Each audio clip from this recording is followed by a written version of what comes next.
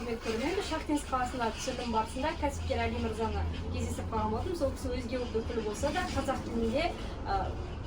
тілінде сөйлесе алады. Сол үшін біз Али Мырзамен сұхбаттасуға келдік. Али Мырза, өзіңізді таныстырып өтсеңіз. Мен Қырғызстаннан боламын, Ош облысында, ұлтым өзбек.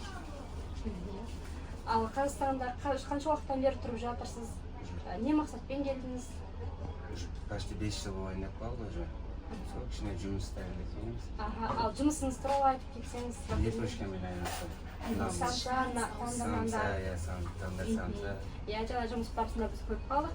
Ал енді қазақ тілін үйренуіңізге не түрткі болды? Жалпы қазақ тілін үйренуіңіздің қандай пайдасы болды сізге? Қазақ тілімен сөйлескенде елдермен сөйлесетініңізді наоборот жақсы екен. Елдермен приятный сөйлесетініңіз. Ал жұмысыңыздың да жүруіне пайдасы тиді, жалпы қазақ тілін? Жақсы екен, елдермен сөйлескені, қазақ тілімен сөйлескені. Жақсы, ал бізге отбасыңыз туралы айтып берсеңіз, қанша адамсыздар отбасыңызда?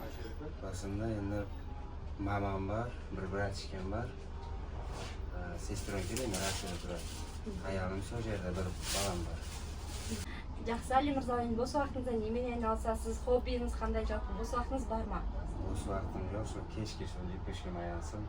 Тек жұмыс қана дейсіз ғой, Ал қандай армандарыңыз бар?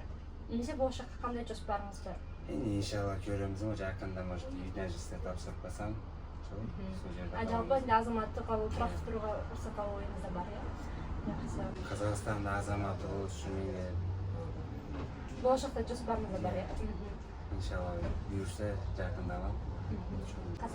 Сондықтан қазақтан білу керек.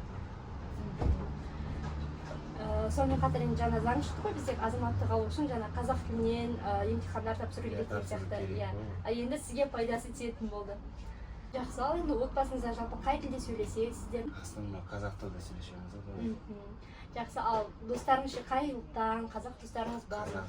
Қазақ ұлттан бар, Орыстан да бар. Демек сіздің қазақша сөйлесетін ортаңыз бар, Ал осы ортаны үйренуге пайдасы болды ма, сол қазақ тілін? Болды. Жақсы, Али Мырза, енді достарыңыз туралы айтып қалдық, ал дос туралы қазақша мақал-мәтел білесіз бе? Кішкене білем. Досты көпті таба алмайды, ақылы көпті таба алмайды. Достарым одан көп көрген қалай. Жақсы, Али Мырза, осы әңгімеміздің соңында көрермендерге айтар тілегіңіз болса? Құрметті достар,